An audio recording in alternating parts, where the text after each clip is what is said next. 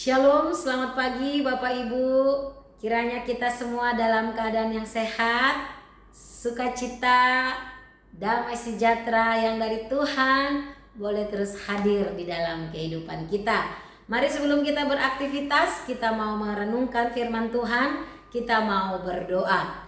Terpujilah Engkau Tuhan Yesus Kristus yang sangat mengasihi hidup kami. Terima kasih untuk hari yang baru yang Tuhan masih percayakan bagi kami untuk kami nikmati, untuk kami jalani bersama dengan Tuhan. Sebelum kami beraktivitas, kami mau membaca firman-Mu. Tuhan Yesus tolong kami. Amin. Ya Bapak Ibu, saudara-saudara, pembacaan firman Tuhan di dalam 1 Petrus 3 ayatnya yang ke-8 hingga ayatnya yang ke-12. Demikian firman Tuhan akan saya bacakan. Kasih dan damai. Dan akhirnya hendaklah kamu semua seia sekata, seperasaan, mengasihi saudara-saudara, penyayang dan rendah hati. Dan janganlah membalas kejahatan dengan kejahatan atau caci maki dengan caci maki, tetapi sebaliknya hendaklah kamu memberkati, karena untuk itulah kamu dipanggil, yaitu untuk memperoleh berkat. Sebab siapa yang mau mencintai hidup dan mau melihat hari-hari baik, ia harus menjaga lidahnya terhadap yang jahat dan bibirnya terhadap ucapan-ucapan yang menipu. Ia harus menjauhi yang jahat dan melakukan yang baik. Ia harus mencari perdamaian dan harus berusaha mendapatkannya. Sebab mata Tuhan tertuju kepada orang-orang benar dan telinganya kepada permohonan mereka yang minta tolong. Tetapi wajah Tuhan menentang orang-orang yang berbuat jahat. Ya, Bapak Ibu, saudara-saudara yang dikasihi Tuhan, surat 1 Petrus ini ditulis oleh Petrus kepada orang-orang Kristen yang tersebar di perantauan, di Pontus, di Galatia, di Kapadokia, Asia Kecil, dan juga Bitinia. Orang-orang Kristen di perantauan ini hidupnya tidak baik-baik saja Bapak Ibu. Mereka mengalami tantangan demi tantangan. Mereka adalah orang-orang minoritas, orang-orang Kristen minoritas yang hidup di tengah-tengah masyarakat non-Yahudi yang tidak mengenal Kristus.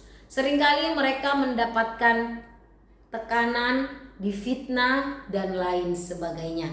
Namun di tengah-tengah kondisi mereka sebagai orang-orang perantauan, orang-orang minoritas yang tidak mendapatkan perhatian, bahkan sering mendapatkan ketidakadilan, difitnah, surat ini diberikan oleh Petrus kepada mereka untuk tetap berdiri teguh menjadi orang-orang Kristen yang menunjukkan identitas mereka adalah orang-orang yang dipanggil untuk menjadi berkat, meneladani Kristus di dalam kehidupan mereka, kendati pun keadaannya tidak baik-baik saja. Ada dua hal yang dinasehati oleh kebenaran firman Tuhan melalui Petrus, surat Petrus ini kepada jemaat Kristen yang tersebar di perantauan di beberapa kota tersebut. Yang pertama, Petrus mengingatkan pentingnya kesatuan komunitas Kristen yang hidup di tengah masyarakat. Di dalam ayat 8 dikatakan, dan akhirnya hendaklah kamu semua seia sekata, seperasaan, mengasihi saudara-saudara, penyayang dan rendah hati. Jadi sebagai umat Kristen, tubuh Kristus, jemaat Kristen harus menunjukkan teladan yang baik, seia sekata, seperasaan, saling mengasihi, sehingga orang-orang di sekitar mereka akan melihat bagaimana identitas mereka sebagai orang Kristen adalah orang-orang yang dipersatukan. Jadi ada kesatuan, tidak terpecah belah, Karena dengan kesatuan mereka menunjukkan teladan Kristus kepada orang-orang di sekitar mereka. Dan yang kedua adalah Petrus mengingatkan bahwa panggilan orang Kristen yaitu untuk memberkati mereka yang berbuat jahat. Tidak membalas kejahatan dengan kejahatan di ayatnya yang ke-9. Tidak membalas kejahatan dengan kejahatan atau caci maki dengan caci maki, tetapi sebaliknya hendaklah kamu memberkati, karena untuk itulah kamu dipanggil. Ini menjadi sesuatu yang sangat luar biasa Bapak Ibu. Kendati pun mereka situasinya tidak baik-baik saja, mereka difitnah, mendapatkan ketidakadilan, tetapi firman Tuhan mengingatkan mereka bahwa panggilan orang Kristen itu adalah untuk memberkati, tidak membalas kejahatan dengan kejahatan. Bukankah ini teladan yang Yesus Kristus tunjukkan kepada kita, orang-orang berdosa? Di atas kayu salib Yesus berkata, "Ya Bapa, ampunilah mereka, sebab mereka tidak tahu apa yang mereka perbuat." Jadi di dalam hal ini Petrus mengingatkan sebagai orang Kristen, sebagai umat Tuhan yang tersebar di perantauan, mereka harus tunjukkan bahwa mereka harus hidup dalam pengampunan. Tidak membalas kejahatan dengan kejahatan, tetap menunjukkan kebaikan, tetap menunjukkan identitas sebagai orang yang sudah mengalami kasih dan pengampunan dari Kristus.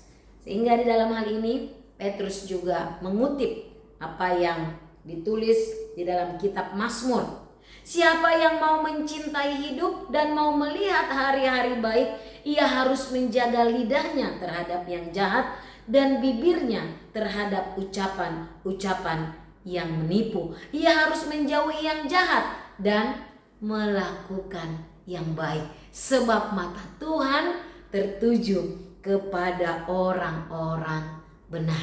Ini menjadi suatu bentuk kekuatan, penguatan kepada mereka.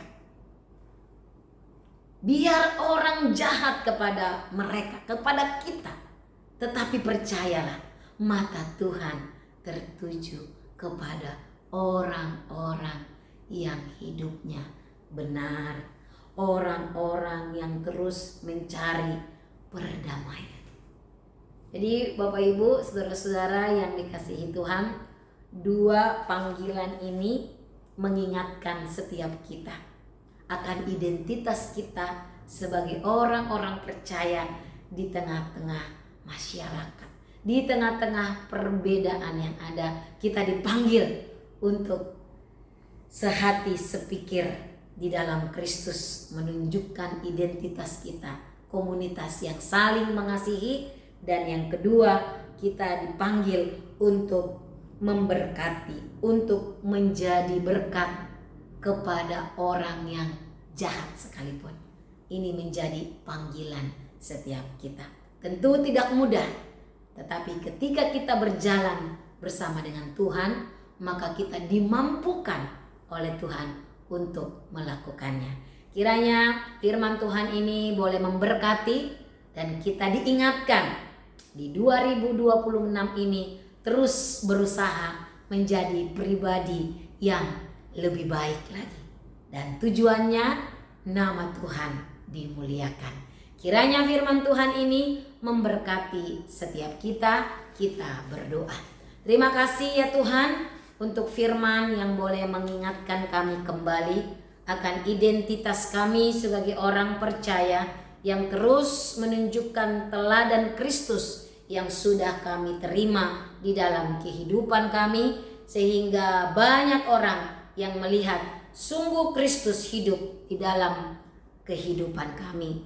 Kami menjadi alat yang memuliakan Engkau, bersaksi di tengah-tengah dunia yang cemar ini. Dalam nama Tuhan Yesus kami berdoa. Amin.